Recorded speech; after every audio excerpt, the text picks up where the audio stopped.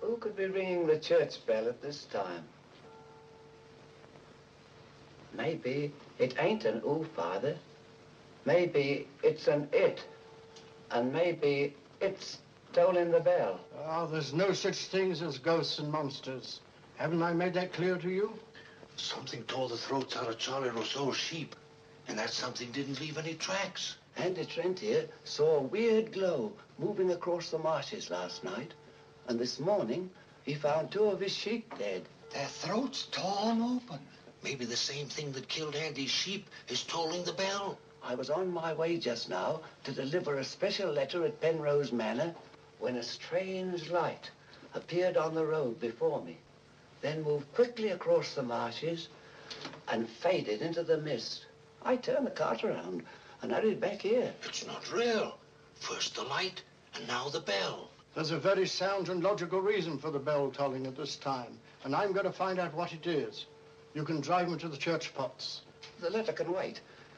No hurry. Nothing will harm you if you're with a priest. Is that true, Father? Ah, what you need is more faith and less imagination. Come along.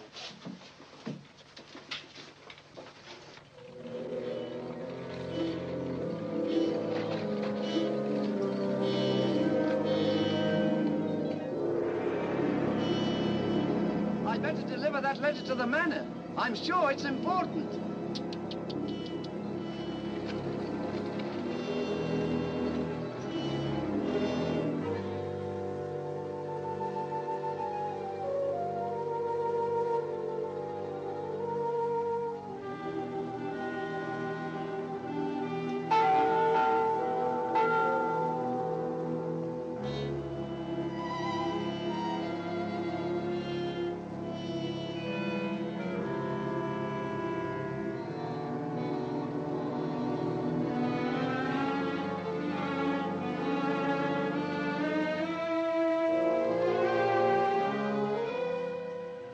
Goodness, that bell has stopped.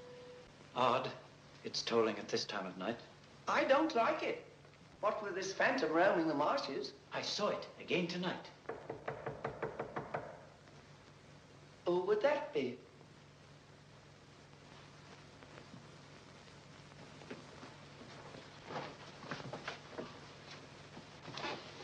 Where's Lord Penrose? He's gone to Quebec. Get him on the phone immediately. What's happened, Father? Lady Penrose, dead, clutching the bell rope, calling for help. It was dreadful. Her ladyship. Call Sergeant Thompson at the police station. Ask him to come to the church immediately. Come with me, Potts. I'll need you. Yes, Father.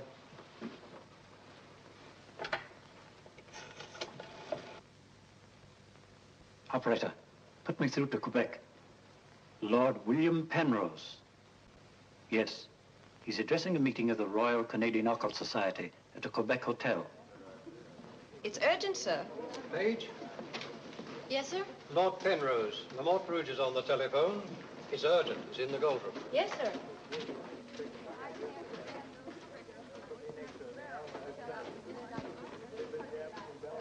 Gentlemen, as you know, the greatest obstacle in proving the authenticity of the occult lies in finding facts. However, if the facts are there, even the most hardened skeptic, provided he has an open mind, must finally acknowledge the actual existence of the supernatural. Do you admit that, Mr. Holmes? Facts are always convincing, Lord Penrose. It's the conclusions drawn from facts that are frequently in error. Yes, in the case of the Hound of the Baskervilles, as well as in the adventure of the Sussex Vampire, we found Watson, please. Oh, sorry.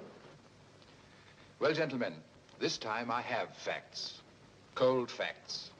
Many years ago, 100 to be exact, an apparition appeared at night in the village now called La Mort Rouge. The following morning, 3 people were found dead, their throats torn out, hence the town's rather grim name. Interesting, yes. But facts? No. I hardly think the tales of superstitious peasants can be considered... I haven't finished, Mr. Holmes. La Mort Rouge has again been the scene of these strange and unexplainable occurrences. Unexplainable, that is, from your point of view. Several of our most responsible citizens have actually seen the strange apparition on the marshes at night. And next morning, sheep were discovered... with their throats torn out and no traces of the killer anywhere to be found. Oh, you read about it in the papers. No, as a matter of fact, I haven't. It was merely a deduction. A rather obvious one, I'm afraid. Deductions are a weakness of mine, as Dr. Watson can tell you.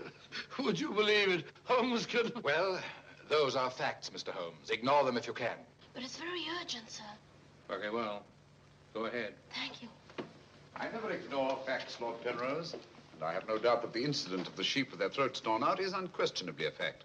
However, the interpretation of this fact as being final proof of the existence of the supernatural is merely supposition, and therefore cannot be accepted without further data. Your opinions, Mr. Holmes, are undoubtedly the result of your inability to cope with something beyond the realm of your comprehension. Myself, man, this is... I'm sorry, John, but this ridiculous skepticism... Yes, what is it, my boy? La Mort Rouge on the telephone, sir. Very urgent, my lord. Excuse me, gentlemen. I'm afraid, Lord Penrose... It's quite understandable, Sir John. Lord Penrose is deeply entrenched in his beliefs. That's his privilege. Well, hang it all, Holmes, the fellow was positively rude. Well, shall we see a little overwrought, Watson? I'm leaving immediately.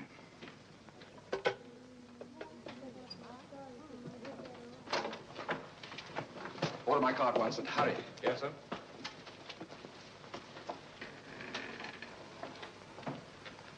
Gentlemen, my wife has just been found dead. Her throat torn out. In exactly the same manner as the sheep. This is terrible. I say, you don't think that it's... Undoubtedly, Mr. Holmes, you would call it murder by person or persons unknown. I'm sorry. If I can be of any assistance... Thank you, no. I'm afraid the happenings in La Mort Rouge wouldn't interest you, Mr. Holmes. Under the circumstances, I think we should adjourn. Yes, indeed, Sir John. Say, Holmes, what a terrible thing. Sir John, would you be good enough to convey our condolences to Lord Penrose? Yes, I'd be glad. Say, well, can't we get something to eat before we leave? We don't often get food like you do here. Don't you ever think of anything else besides your stomach? No, not often. I gotta get a paper. Morning. Good morning, sir. I imagine you'll be glad to get back to London, Mr. Holmes. Yes, indeed. Oh, by the way, there's a letter for you, sir. Thank you. Oh, here's something about Lady Penrose. She was found in the church with her throat horribly cut. Evidently dragged herself from the marshes nearby and tried to summon help with a bell rope. What's in it? What is it, Holmes? Listen to this, Watson. Huh? My dear Mr. Holmes, I have every reason to believe my life is in danger. Yet, if you were to ask me how I know, I couldn't give you a logical answer. There is nothing tangible, yet like a terrible premonition. It is all so frightfully real. I heard of your being in Quebec, and I'm turning to you, a stranger, and asking your help in the frantic hope that you will not fail me. Oh, who's it from? It's signed Lillian Penrose. Lady Penrose? A letter from the dead woman? Well, what's it mean, Holmes? I should say that Lady Penrose lived in fear of her life. Some secret hidden in her past, in all probability. Oh, perhaps it isn't as simple as that. What if Penrose is right? I'm glad we're going back to London. Things like that can't happen in Baker Street. More's the pity, Watson. Huh? Do you know a village by the name of La Rouge? Yes, sir. It's about 12 miles from here, up towards the falls. Thank you. Great Scott, Holmes. You mean you're going to take on the case? Quite. Telephone the airport and cancel our reservations, will you? Certainly, sir. Consider, Watson, the irony, the tragic irony. We've accepted a commission from the victim to find her murderer. For the first time, we've been retained by a corpse.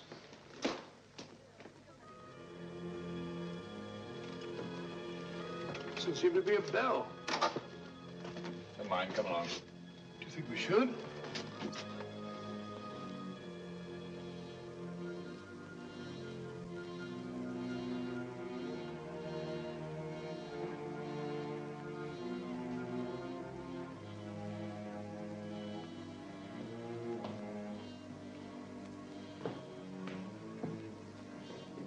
What a cold, cheerless-looking room.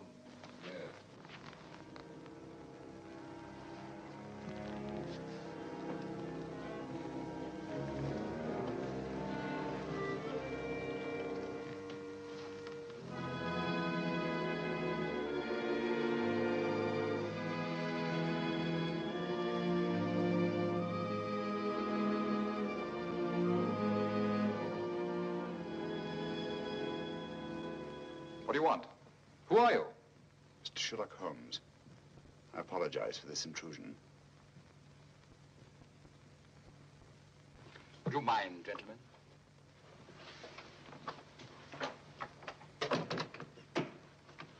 Mr. Holmes, is it your custom to burst into people's houses without ringing the bell? We couldn't find the bell, sir. If you've come here to use the death of my wife to prove your theories, I must ask you to leave.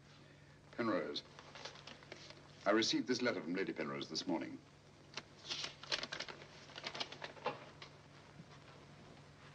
That was devilish awkward.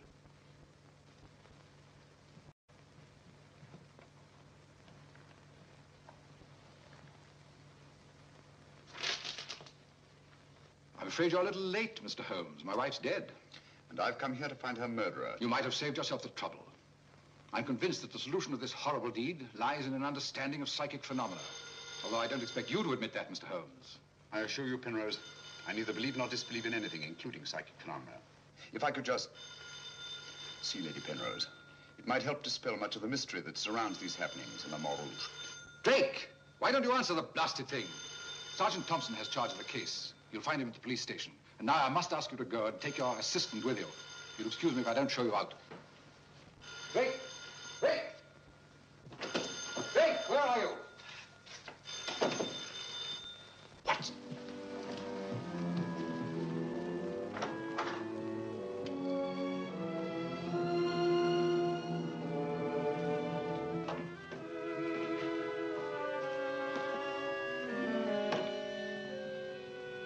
Holmes, I've seen her before. Right, Watson, you have. Yes, but where? Never mind that now. We must examine the wound before Penrose returns and has us thrown out of the house. Clumsy job. Just missed the jugular vein. It must have bled to death. And it bled for several hours, eh? Possibly more. Long enough for Penrose to leave La Rouge and reach Quebec in time for the meeting? Holmes, you don't suspect I Penrose? suspect nobody, Watson. I was just asking a question. I beg your pardon, gentlemen. There is another who desired the death of her ladyship. I saw it last night in the fields, moving in and out of the shadows. You're the butler, aren't you? I was the butler. I've given notice.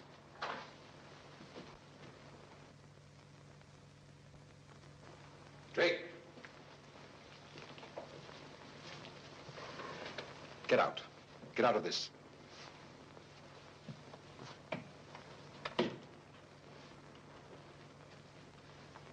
I trust you found what you were looking for. Two things have been made clear to me, Penrose. That your wife was murdered, and that she's Lillian Gentry. Lillian Gentry? Will you leave, or must I call the police? That will not be necessary. We're on our way to the police station now. The wounds found on Lady Penrose's throat are identical with those found on the throats of the dead sheep. Now, I'm not a superstitious man, Mr. Holmes, but I don't know of any weapon capable of inflicting such wounds, except an animal's claw. Of course, it could be done by a five-pronged garden weeder. Not that garden weeder, Mr. Holmes. That's mine. I use it to weed the garden at the back of the jail. I'm inclined to agree with the Sergeant, Holmes. A weapon such as that would have severed the jugular vein, and death would have followed immediately. Lady Penrose lived long enough to drag herself to the church and toll the bell in a frantic effort to call for help. Yes, I know all about that.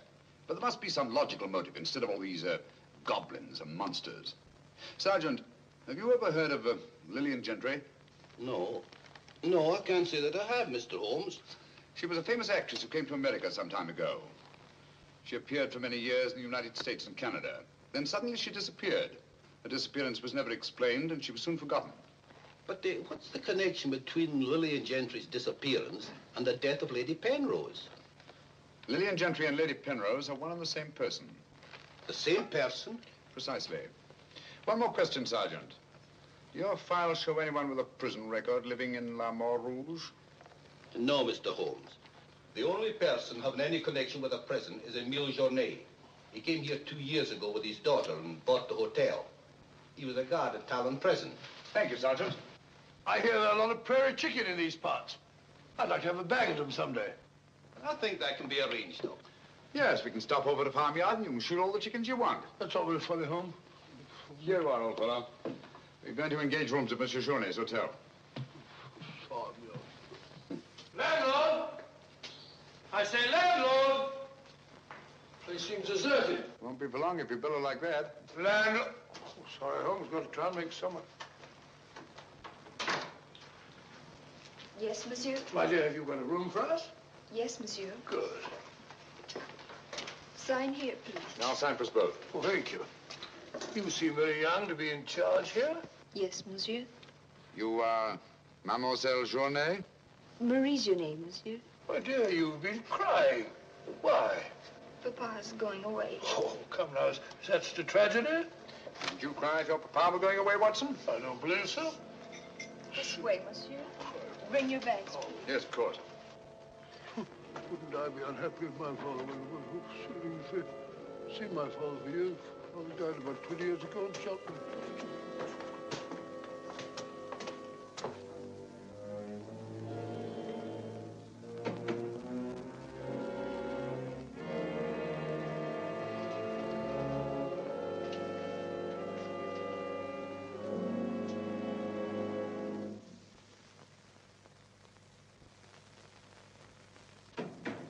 Some talk of Alexander, some of Hercules, of Victor and Lysander, such great names as these.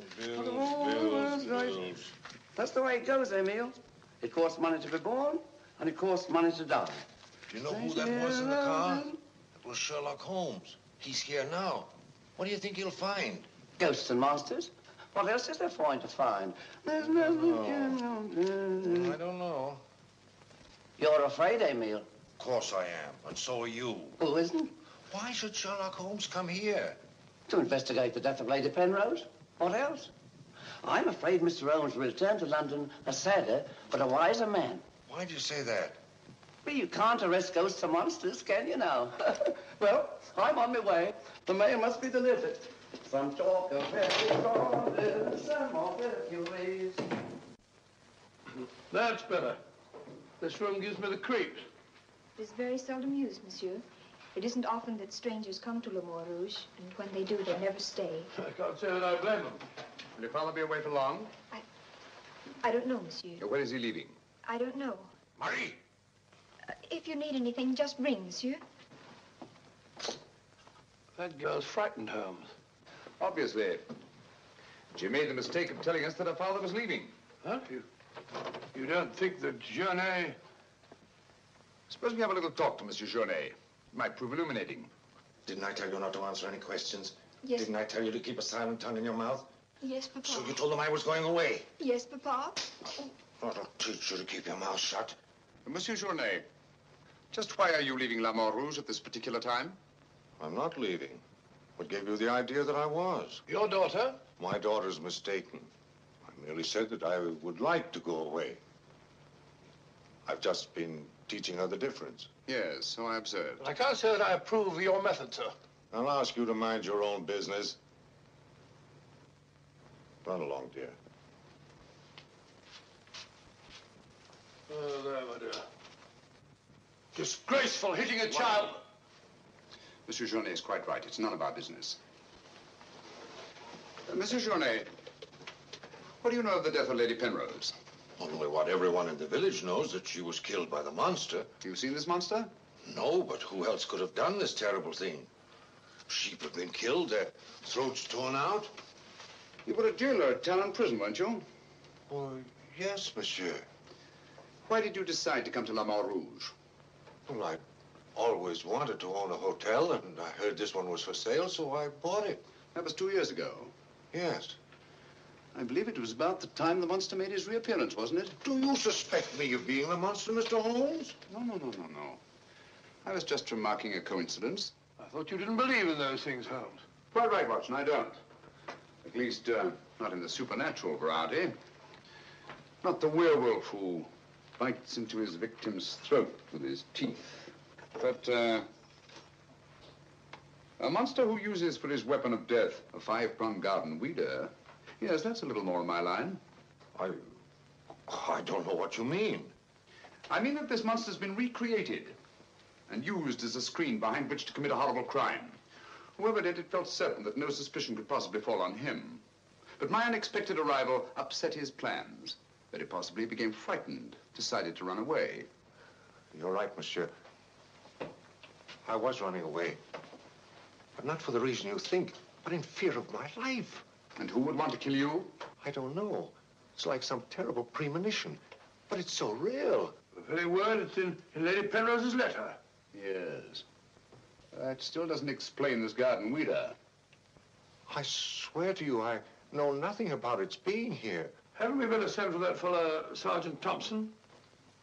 No, Watson, that won't be necessary. Monsieur Journet knows as well as we do that you can't run away from yourself. Oh, would you be so good as to return this to Sergeant Thompson, monsieur? I took it away quite by accident.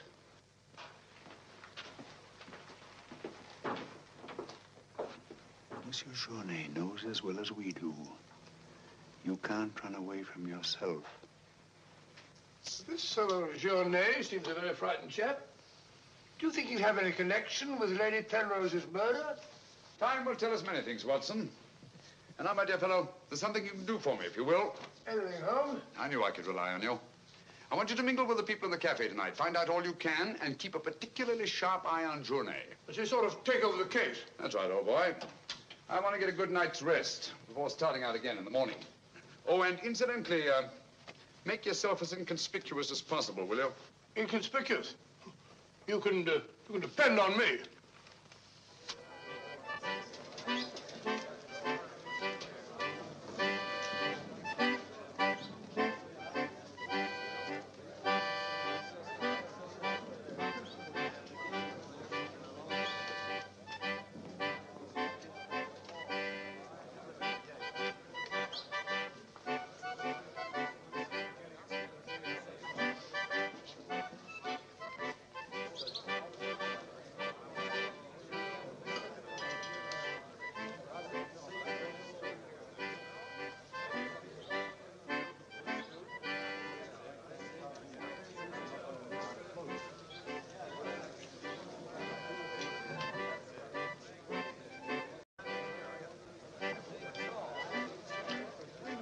Thank you, my dear.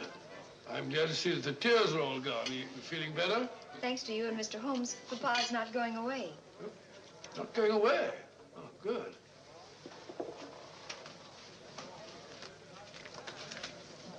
Journet not going away. There are many phases of the supernatural, Mr. Drake. Witchcraft, vampires, werewolves, ghosts, monsters. You'll find them all in the history of crime. So I say to myself, Potts, this is the handiwork of the supernatural. I gather that your name is Potts, that you're interested in the detection of crime. Allow me to introduce myself. My name's Watson, Dr. Watson of 221B Baker Street, London, England. How do you do, sir? Here's the crime. Bigger and better crime. I deduce, my good man, that you're somewhat drunk. Yeah. Sharp he is, sharp as a tack, and just as flat-headed. You might also deduce that I'm leaving this place. Getting out. As soon as the bus I'm waiting for hoots its hooter. I believe they say honks its hooter in these parts. Hoots to me, honk to you. Hoot, hoot. My dear fellow, I don't care two hoots whether it's hoot or honk. Oh, that's my bus, gentlemen. I just heard it hoot its hooter distinctly. If you solve this case, let me know. Personally, I'm betting on the monster. You take my advice, Patsy. Get out of this place before they find you with your throat cut.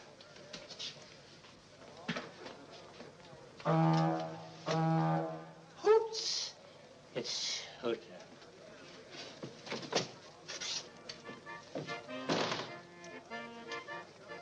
Nervous? Well, the thought of having your throat torn out by some monster isn't likely to make you very gay, Dr. Watson. No, indeed. Some of Monsieur Journet's excellent wine will soon remedy that. Marie, would you bring a bottle of this excellent wine for my friend here? Yes, monsieur. Mr. Potts, as a student of the occult, supposing you give me your theory of this murder. You like this wine? Oh, but Dr. Watson, I never drink anything stronger than milk. Teetotaler? No, hiccups. Every time I drink alcohol, I have hiccups. Sorry.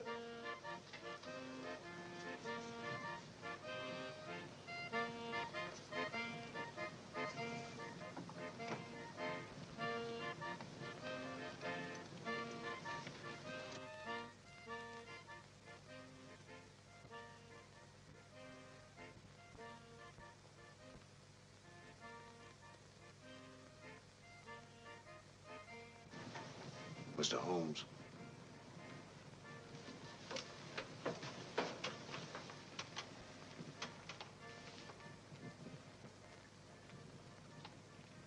Mr. Holmes.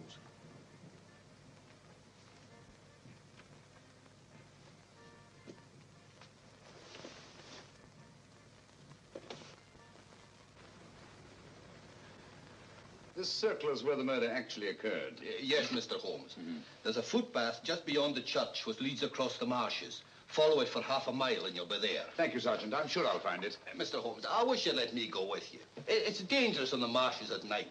These swamps, one false step... I'm sorry, Sergeant, but it's important that I go alone. I'll keep close to the path. Well, will Dr. Watson be going with you? No, Sergeant. I asked him to do some research work of his own, and by now he's probably magnificently involved. Good night. Good night, Mr. Holmes. But according to your theory, Dr. Watson, everyone in the village is under suspicion. Pardon me. It's quite all right. Oh, thank you. Murder is a very interesting study, gentlemen. I well recall a short story by that brilliant author, G.K. Chesterton, in which the murder is committed by a postman. I refer, of course, to The Invisible Man, a brilliant bit of deduction on the part of Father Brown. I'm a postman. Precisely why I mentioned it, to illustrate the absurdity of assuming because one man in a postman's uniform is a murderer, any other man in the same uniform should be suspected. Thanks. Had me worried for a minute. Oh, filthy, flabby-dab.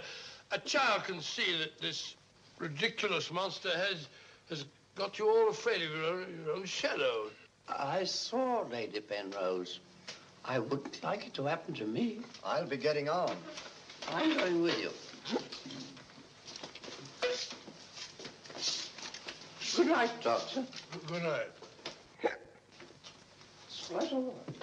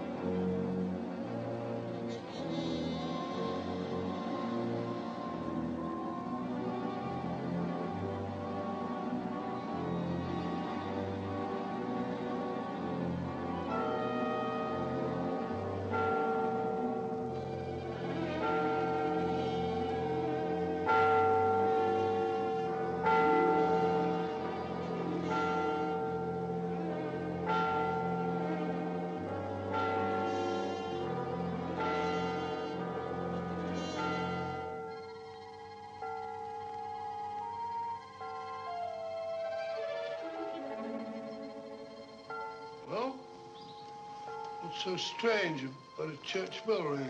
It rang the same time last night.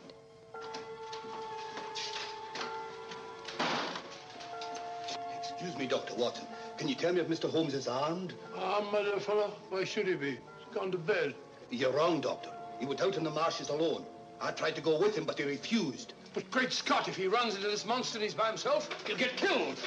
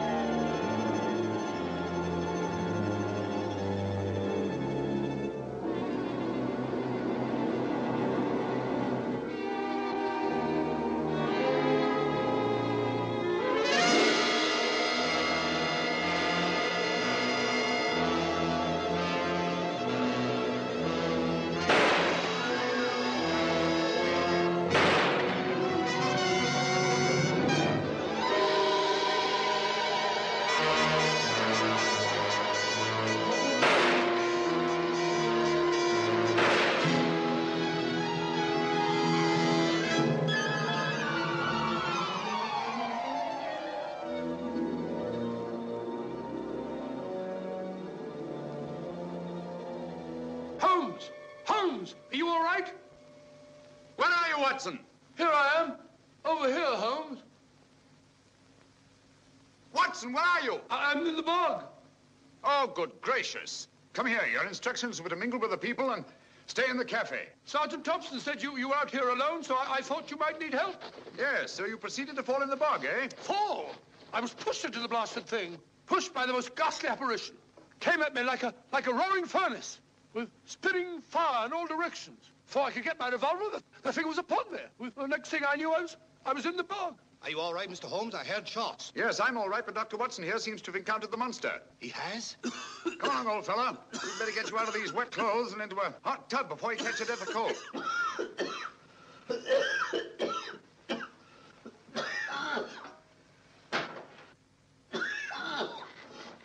Yeah, you've had enough of that. Drink this. You'll be as fit as a fiddle in the morning. Sorry you had such a bad time. I got a right to share your dangers. Thanks, old fellow. You know, I wasn't sure the villagers weren't right. And if it did turn out to be some sort of supernatural monster, well, why should I involve you? Rubbish.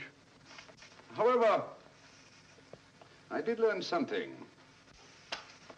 I can now state positively that our antagonist is not a phantom. But the thing actually spat flames at me. All just a figment of your imagination. The murderer knew I was out on the marshes, and obviously wanted to frighten me. You frightened me, all right.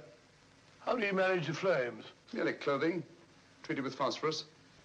When the murderer fled, his shirt caught on a tree, and this piece of cloth was torn off. Come in. I'd like a few words with you, Mr. Holmes. I'll come directly to the point. Hello? What happened to your assistant? I'm not his assistant. If you must know, I was pushed into a boggy hole on the marsh. Pushed? By whom? I don't know.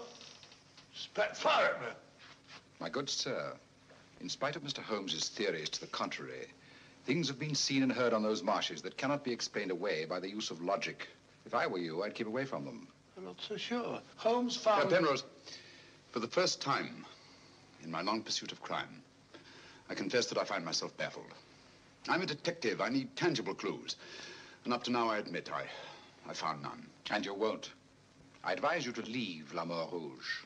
Tonight, you escaped with your life. Next time, you may not be so fortunate. Thank you for your considerate advice, Lord Penrose. Good night, sir. Excuse me. Oh, good night. I don't like this fellow, Holmes. Why do you think he came here? He wanted to find out if we discovered anything. He seemed very pleased when I told him we hadn't. Now, Watson, there are one or two questions I want to ask Sergeant Thompson. You stay here. I have a vitally important job for you.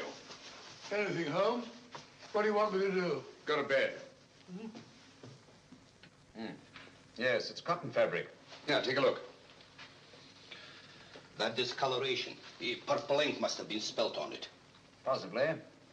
I should say this cloth was red with blue lines. Probably large checks. Yes, it seems to have been laundered a good many times. The blue lines are almost completely erased. Yes, you can scarcely see them. It's good fabric, well woven, with a solid base. Hello, Bill. Hello, Sergeant. Your phone call must have been important to bring me over this time of the night. It was. This is Mr. Sherlock Holmes. He wants to ask you a few questions. This is Mr. Taylor, the storekeeper, Mr. Holmes. Oh, good evening, Mr. Taylor. Good evening, sir. Have you any shirts of this design? The squares are red and the lines blue. Yes, I have. Can you remember to whom you sold them? I can. I keep them in stock specially for Judge Brisson. He won't have anything else. Judge Brisson, who's he? A retired magistrate. He's a cripple, lives alone with his housekeeper. Have you sold any of these shirts to anyone else? No, sir. They're too expensive for the village and the boatmen. This is the finest material. Imported. You say Judge Brisson's a cripple?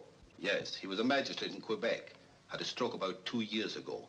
That's why he retired and came here to live in Le Mort Rouge. Just about the time that Monsieur Journey arrived here. Now that you mention it, it was just about then.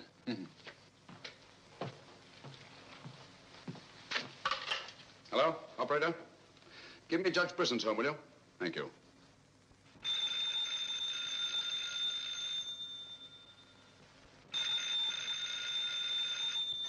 Nora. Let it ring. Haven't I told you not to answer the phone at night? Yes, sir. Well, then obey my orders. Yes,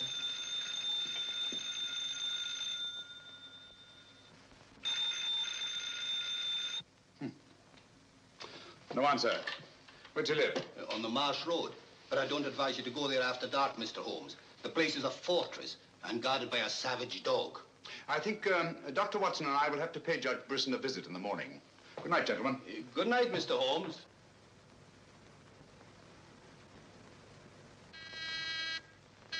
Two locks on the door. One of them new. Yes, I should say that Lady Penrose's death had increased Judge Brisson's terror. Don't like the sound of that dog. No, sounds hungry. Possibly ravenous. Couldn't we come back after he's had his breakfast? I'm sorry, Watson. Our business won't wait. Oh. Stop now. Yes, Watson.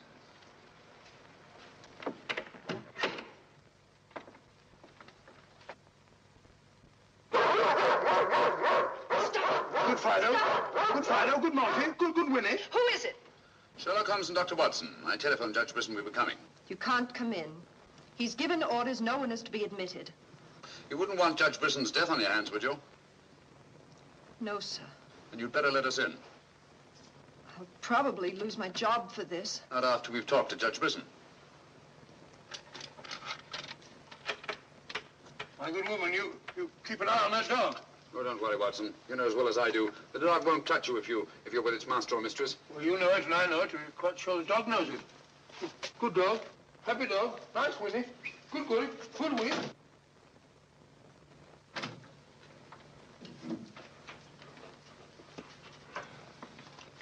Let me warn you, I'm armed. And I'm an expert shot. We didn't come here to harm you, Judge Brisson, but to protect your life. I told you over the phone this morning, Mr. Sherlock Holmes, that I did not want to see you. I don't want to see anyone. But I want to see you. Stay where you are. Nora, show these men out. Judge Brisson, if you'll answer a few questions, I may be able to save your life. I have the fullest confidence in my own defenses, and I will not trade them for any theories of Mr. Sherlock Holmes, however plausible you make them sound. Now get out, will you? I'm sorry. Under the circumstances, I'm helpless to prevent your death. Almost certainly by violence. Come along, Watson.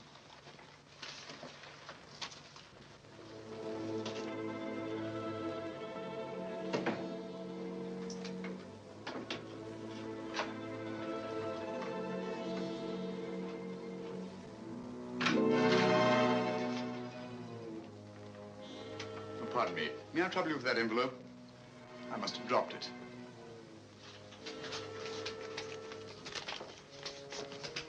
Thank you.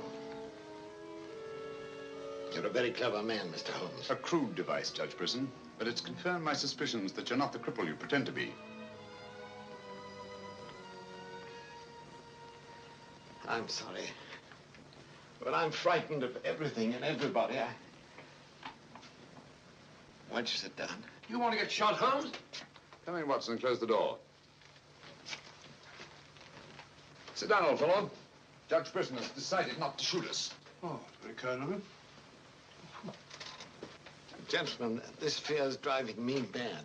It's quite understandable. The whole village seems to be consumed with fear. But in your case, judging from your vicious dog, those barred windows, and that hunting rifle, it's not fear of the supernatural.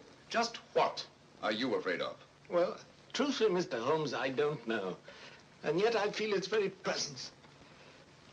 At times, I feel I can almost reach out and touch it. When I first came to La Mort Rouge, I had a slight attack. It affected my legs, but, well, I've recovered. And you've continued the deception, using the wheelchair as an excuse for not going about the village. Well, you see, people would be more inclined to accept my hermit-like existence. Yes, naturally. Tell me, Judge Brisson, had you ever heard of Monsieur Journet before you arrived at La Mort Rouge? No, I hadn't. How many of these shirts has your housekeeper purchased for you? Oh, 4 or 5. I'm not positive. You still have them? Well, 1 or 2 became badly worn, and I told my housekeeper to give them to a man who was doing some work for me at that time. Can you describe him? No, I'm afraid I can't. That was about a year ago, you see, and, well, I didn't pay much attention to him. He worked in the garden. Could your housekeeper remember him? No, that was a different housekeeper then. She went to the United States. Try to remember, Judge Brisson. Your life may depend on it. I do remember one thing. He had a very slight limp. I used to watch him from that window as he walked across the lawn.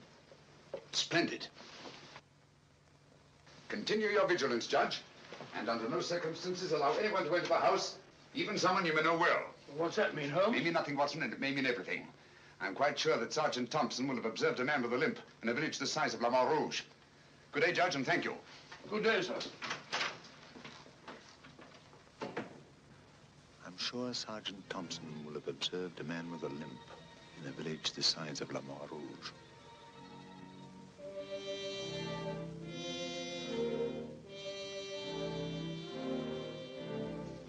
This is what's left of the Delaport Hotel, Mr. Holmes.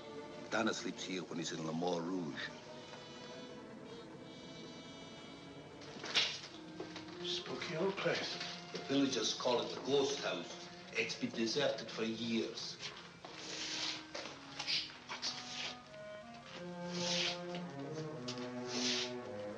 He walks with a limp. A left foot, I think. To the trained ear, Sergeant, footsteps have a characteristic rhythm as identifiable as fingerprints.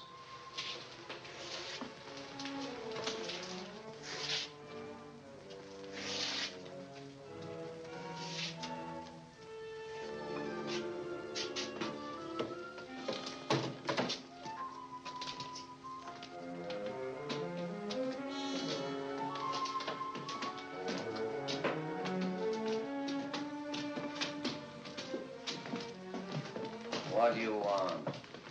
Come to have a talk with you, Tanner. I've done nothing. Then you won't mind answering a few questions. What do you want to know? Tell me, Tanner, where were you 2 nights ago? Down the river. And last night? I just got back tonight. You're lying. You can't frighten me. But now I got a job to do. It's quite evident that you haven't been on the river within the last 48 hours. Are you trying to make me out the murderer of Lady Penrose? How do you know she was murdered? I'll tell you how you know she was murdered. Because you murdered her. Holmes, look! In there! The monster! That's right, Watson. One of Brisson's shirts, which Tanner here treated with phosphorus. Take him, Sergeant. I'll give you all the evidence later. Look out!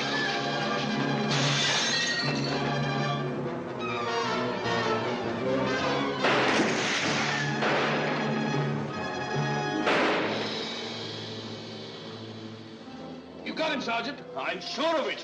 Come on.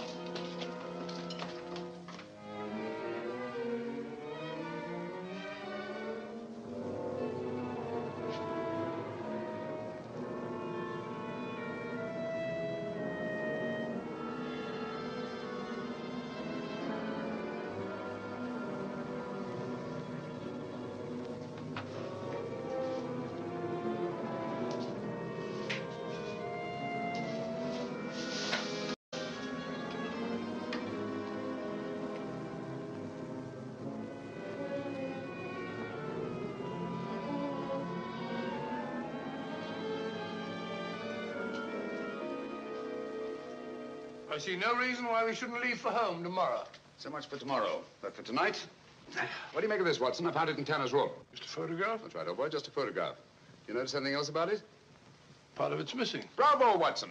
Now, if we can find the missing half, notice the discoloration of the torn edge, faded signature. The upper half was torn off sometime within the last year, I should say. Why all this fuss about an old photograph?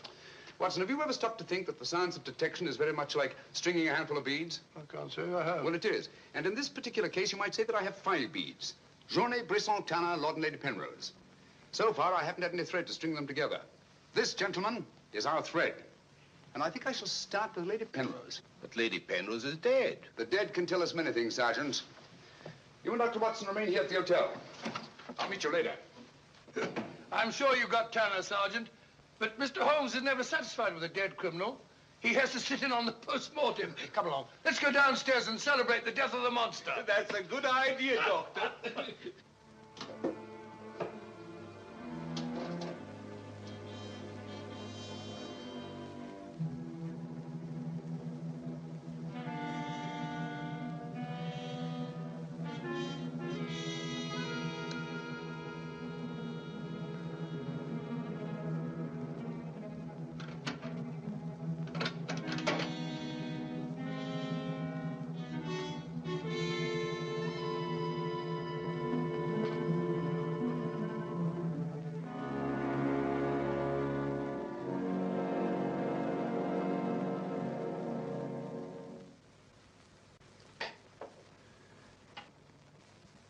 So the great Sherlock Holmes becomes a common thief.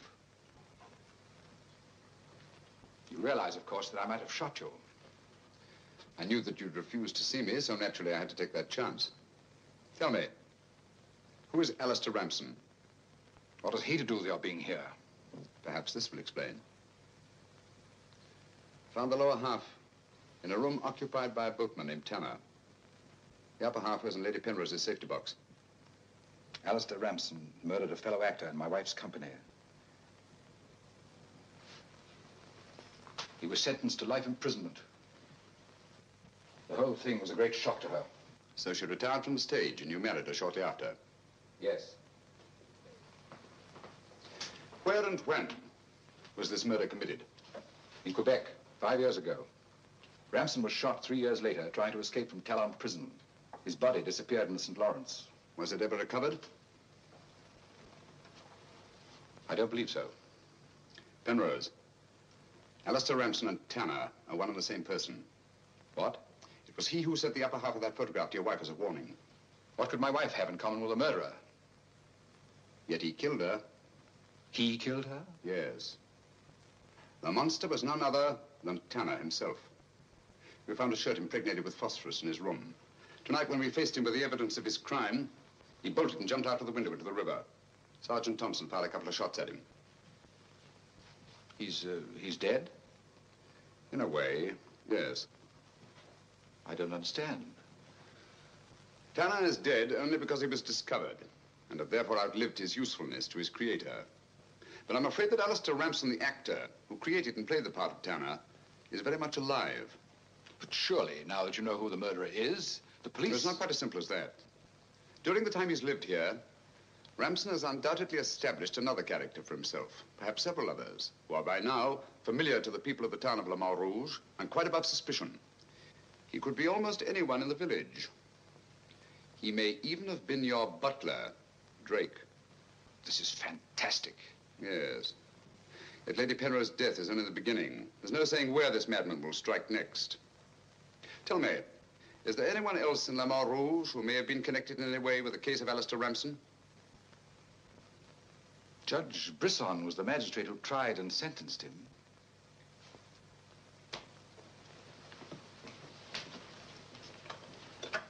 Operator? Operator, give me Judge Brisson's home. It's urgent.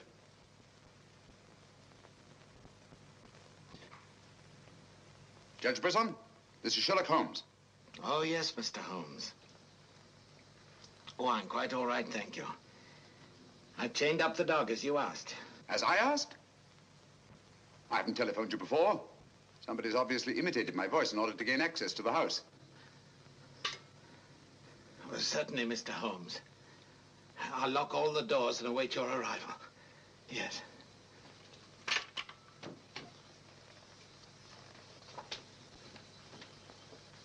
Nora! Nora! If I can be of any assistance, Mr. Holmes... Thank you, but I'm afraid... You think Judge Brisson's life's in danger? I only hope I'm in time to prevent a second murder.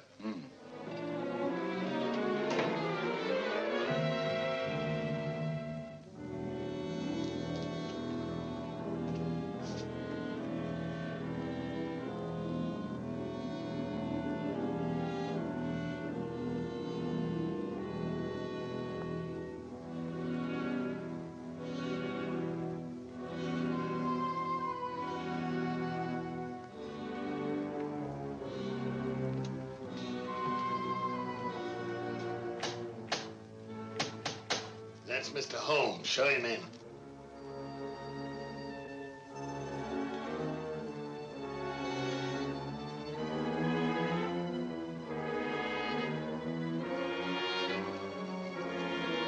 Hurry up, hurry up.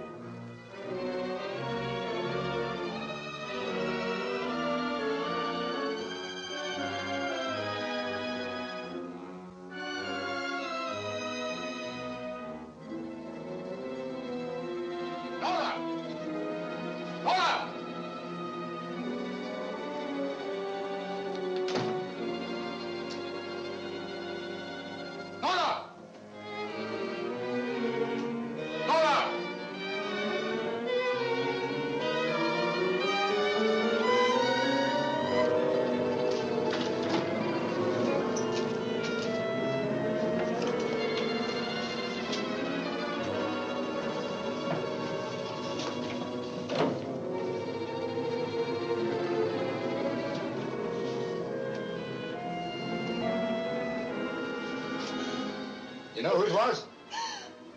I don't know. I don't know.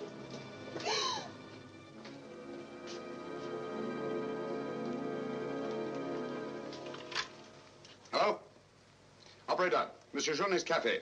I want to speak to Sergeant Thompson. It's urgent.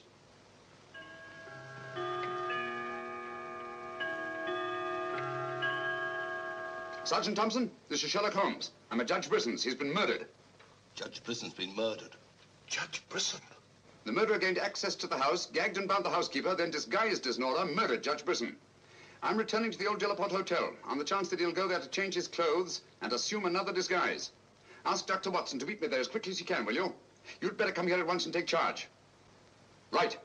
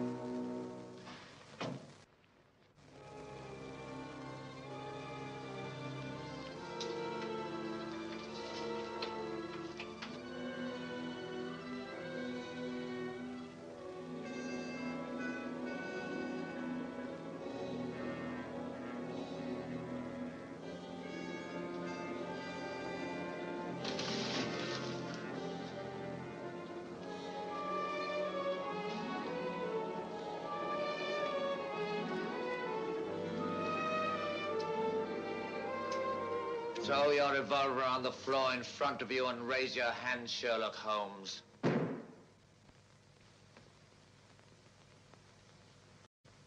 I should have thought you would have felt more at home in the spotlight. I see you finally identified me. Jack Tanner and Nora the housekeeper were brilliant. You should really take a bow. It's too bad you appeared on the scene when you did, and I had to ring down the curtain on the monster. Your recreation of the monster of La Mort Rouge as a means of murder must have given you great satisfaction. Why did you kill Lady Penrose? I see no reason why I shouldn't tell you. I couldn't bear the thought of another man possessing her. And Judge Brisson? During the trial, I grew to hate him. And when he sentenced me to prison, I vowed that someday I would escape and kill him. I see. Obviously, you planned still another murder. Otherwise, you'd have returned to the safety of your first disguise and defied me to find you. You're right. I am. There were 3 people in my life who had no right to live. 2 have already died. The 3rd remains. Tonight, I shall kill him. Mr. Holmes, I've always had the greatest admiration for your talents. Thank you. Your performance in this case has also been brilliant. So brilliant that I'm afraid I'm going to have to ring down the curtain on it a bit prematurely. Mr. Ramson, we are artists in our fashion, not creatures skulking in alleys. If our positions were reversed, I shouldn't think of sending you to your death. Lacking a few stray pieces of the puzzle? What do you want to know? The name of the 3rd person. I have no objection. If there is a hereafter, which I doubt, you and he will meet very soon, Mr. Holmes. The name of the 3rd person is...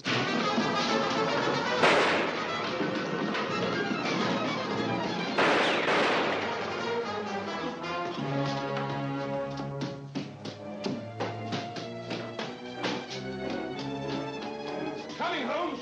Look out, Watson!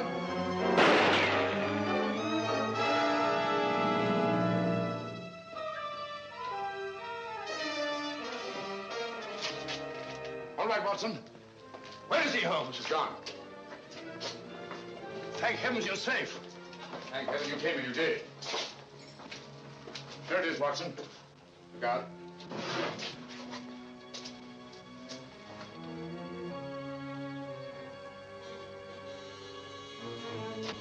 So you got away again? Yes, Watson.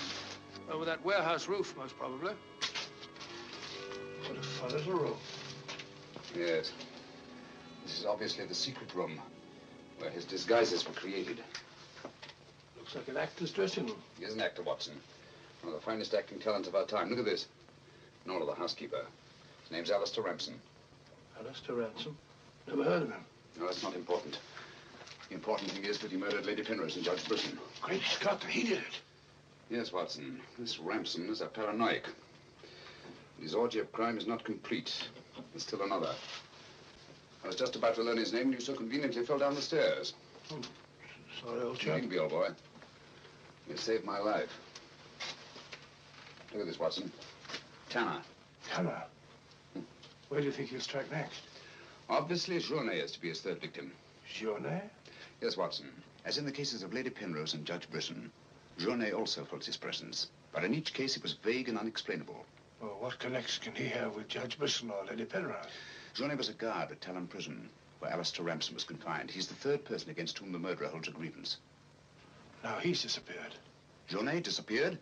Oh, so Marie told us in the cafe? Watson, Journet's disappearance can mean only one thing. He's in hiding. Our job is to find him before Ransom does. Journet is the only man who can lead us to the murderer. We'd better have a talk with little Marie. Raise your voice and sing along, sing till the echoes ring. Don't ever let a single soul worry about anything. Mind what you make it so you can make it what you will. Never be weary, ever be cheery. Hello, Potts. Have you seen Marie? No. Have you seen her? Can't say I have.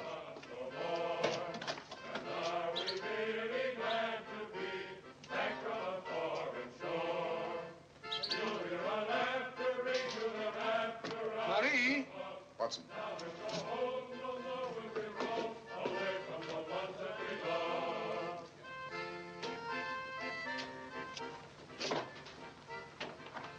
What is it, Holmes?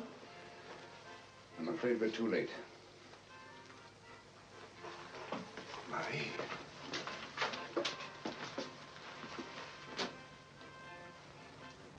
Don't touch anything, Watson. Murdered in exactly the same way as Judge Brisson and Lady Penrose. Poor innocent little child. I should have prevented this. Nonsense, my dear chap. You did everything possible. How on earth could you have prevented it? The child's death is a tragedy, of course. I see exactly what happened. She was standing here by the desk, and the murderer came in by that door. He came in through that door, but Marie was not in the room. She alone, of all people in the cafe, saw Ramson enter this office. It was someone she knew well. Someone who might have a message from her father. So she followed him here. And when she refused to tell him where her father had gone, he killed her. Ramson already knew that Johnny had disappeared, but he didn't know where. When he questioned her, she became suspicious, and it was then that he killed her. Telephone Sergeant Thompson, will you? And he's at Judge Brisson's. Ask him to come here at once. And see that no one leaves the cafe until he gets here. The murderer may be among them.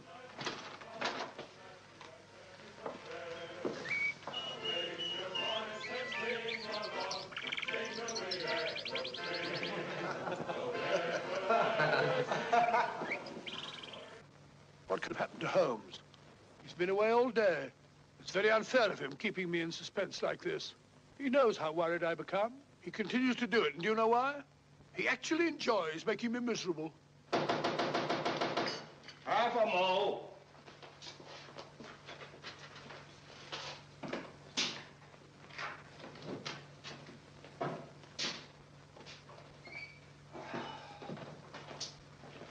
No good, Watson. It won't work. What won't work? I've been to every place where Journey could possibly be in hiding. Well, that's where you've been all day. Yes, Watson, and I must admit that I'm completely baffled. We've got to find Journey before it's too late. But how? I've been everywhere within a radius of 5 miles of this village. I've even been to the church in the hope that he'd disguise himself and attend Mass. He may have gone to Quebec. Every road's covered. He hasn't left this vicinity, of that I'm certain. All right, I'll answer it. Hello? Hello?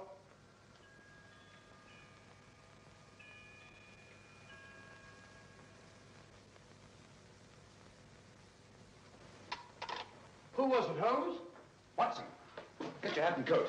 You're very rude, Holmes. You leave me all day long with that very dull inspector. I ask you a perfect polite question, and all you say is, Watson, get your hat and coat. We're going to find Journey. Sergeant, you wait here till I call. Watson, do this. Watson, do that. Watson, get your hat and coat. Watson, speak up. Watson, do that.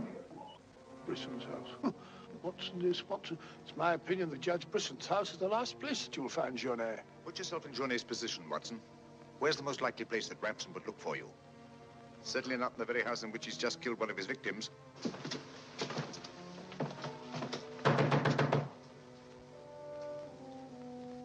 Journey! Journey! It's Sherlock Holmes and Dr. Watson. We're here to help you. I don't like the look of it, Holmes.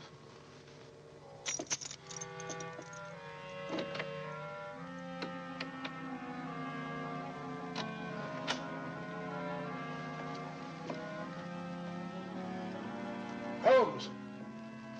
Holmes! Where are you? Here I am, Watson.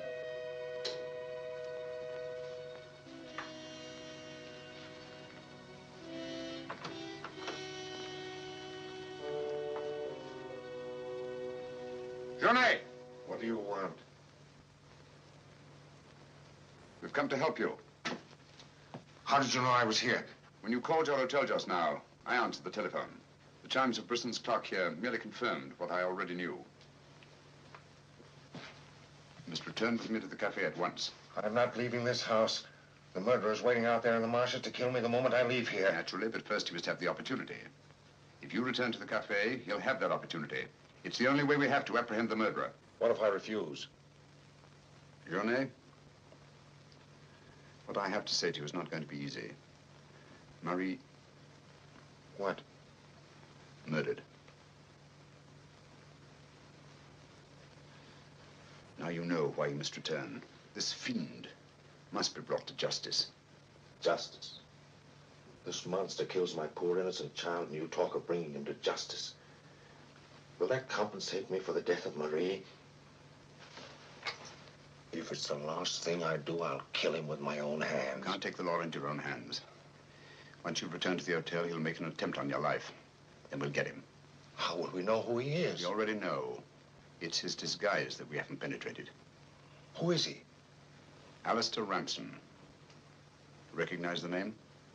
He attempted to escape from Talon prison when I was a guard there. Journey, if you don't want to remain in hiding for the rest of your life, you must return to the hotel and help me to put an end to this monster for all time. Come. Let's go. Good. Put an end to him. How are you going to do that, Holmes? I'll tell you both about it on the way to the hotel. So you're really leaving, Doctor? Yes, Sergeant. Gentlemen, Mr. Sherlock Holmes and I are leaving immediately for London. It's extremely regrettable that the murderer has escaped us, but all our cases cannot be crowned with success. I'm extremely sorry, gentlemen. Have you no idea where this fiend has gone? Mr. Holmes is of the opinion that he's escaped across the border to the United States.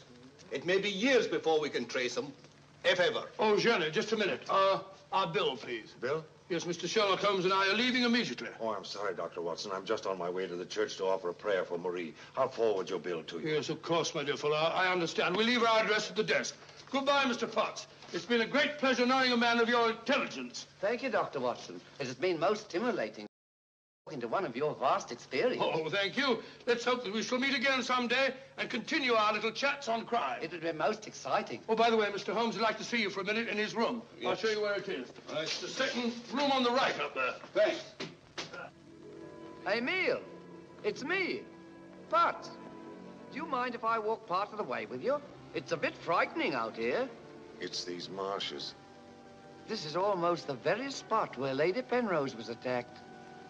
3 deaths in 3 days. It's a pity Marie had to be killed. She was such a sweet child. 3 deaths in 3 days. And still one more to be accounted for. You were frightened, Emile. It's strange to see you showing fear. The man I hated at Talon prison. Ramson!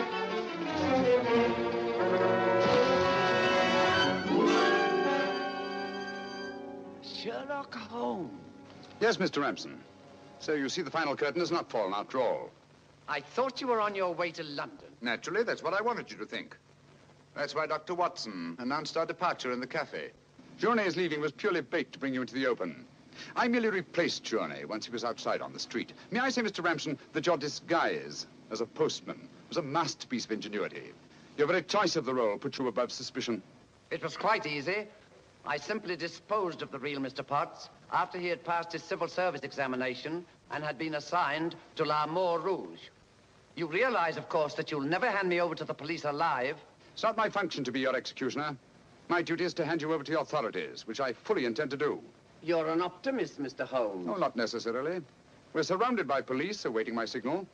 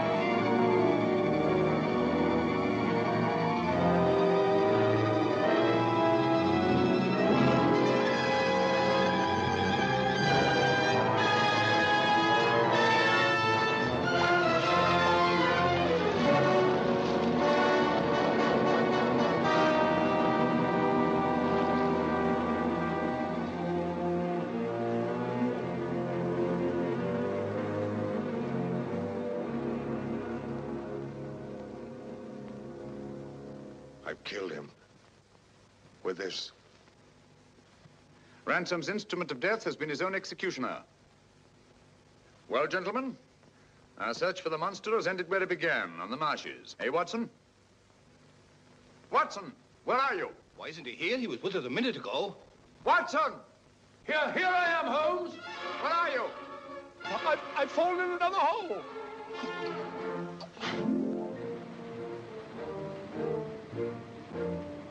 I should like to have seen a bit more of Canada before we sailed, Holmes. So should I, Watson. Canada. The linchpin of the English-speaking world, whose relations of friendly intimacy with the United States on the one hand, and their unswerving fidelity to the British Commonwealth and the motherland on the other. Canada. The link that joins together these great branches of the human family. Churchill say that? Yes, Watson, Churchill.